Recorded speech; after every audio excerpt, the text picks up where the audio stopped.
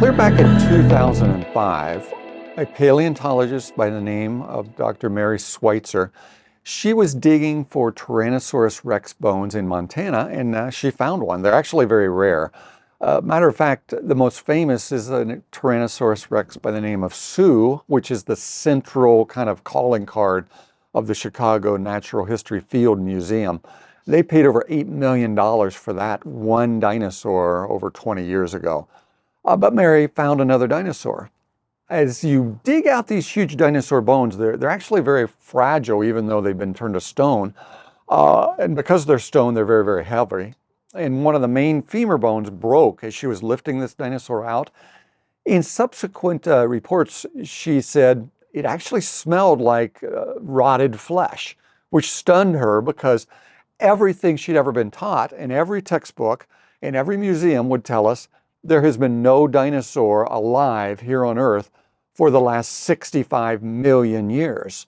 So there's no possibility there could be any organic molecules left, anything that would still have a smell or still be soft. So she started to study it. She was able to dissolve away some of the rock, a bone that had been replaced by minerals to turn to rock, with a weak acid. But what was left stunned her, and it stunned the entire scientific community.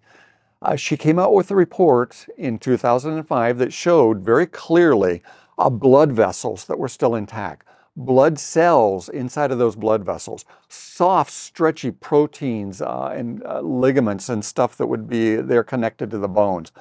Now, let me help you understand what this is similar to. This would be like you going camping one year as a child, and you went to a remote part of Yellowstone National Park, and you didn't even remember it, but you happened to have left your sandwich there laying on a rock. And you grew up, and finally you had children, and 40 years later, you came back to that same campsite, and you went back and you saw, oh, there's my sandwich. It's still sitting on the rock. And you take a bite 40 years later. And it's still soft and chewy and tastes as good as it did 40 years earlier after sitting out on that rock for 40 years. Now, everybody knows that would be an absolute impossibility. It could never happen. The sandwich would be reduced to dust. Even if it somehow miraculously hadn't been eaten, it would no longer be soft. All of the organic matter would be gone in a mere matter of years or decades, let alone millions of years. Absolute impossibility. You see, we know how fast organic molecules, proteins, DNA, polypeptides, enzymes, how fast they disappear.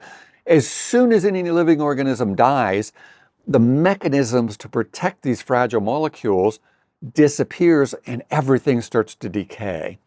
As a matter of fact, Mary Schweitzer did an interview on USNBC TV where she talked about her find, which in 2005 was very controversial. Listen to her words. The scientific world is still reeling from the discovery of actual Tyrannosaurus rex cells and soft tissue unearthed last week at a Montana excavation site. Thank you for having me. So, is that amazing to find this kind of soft tissue in a fossil this old? And what can the soft tissue really tell us? Well, it's very amazing. It's utterly shocking, actually, because it flies in the face of everything that we understand about how tissues and It's cells 70 degrade. million years old. You don't expect to find soft tissue, do you? Not at all. No. It was utterly shocking.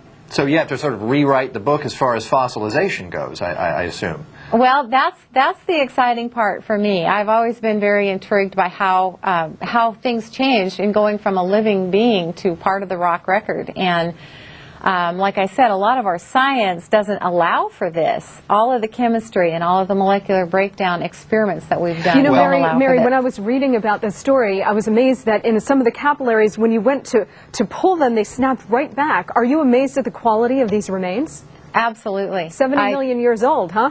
It's just doesn't seem possible. It's just I can't explain it, to be honest. Very cool. Well, Professor Mary Schweitzer, congratulations and thank you very much for stopping by. Thank you so much. You'll notice she said finding this tissue violates everything we know about the laws of chemistry and physics. because we know it can't be there if this dinosaur bone has been in the ground for 60 million years. And yet, because people are told that over and over and over again, they just assume it must be true. They're willing to throw out science, to throw out tests, to throw out experimentation and what we actually observe and know, to hang on to the belief in an ancient Earth. The fact is, that tissue is there because those bones weren't buried 60 million years ago, but they were buried during Noah's flood, only about 4,500 years ago. So there could be some undecayed tissue left. It makes perfect sense biblically. But because the Bible is left out of the thinking of the researchers, even if they're Christians, they don't do their scientific work considering the Bible could be true. They just assume it's not true. Then they misinterpret the past. They misinterpret the time frame. They misinterpret the rock layers. Because that tissue's there, it proves those bones can't be millions of years old, which means the rock layers can't be millions of years old, which means the Bible is absolutely accurate as it talks about where things came from and how old they are, and the world around us is simply misinterpreting everything.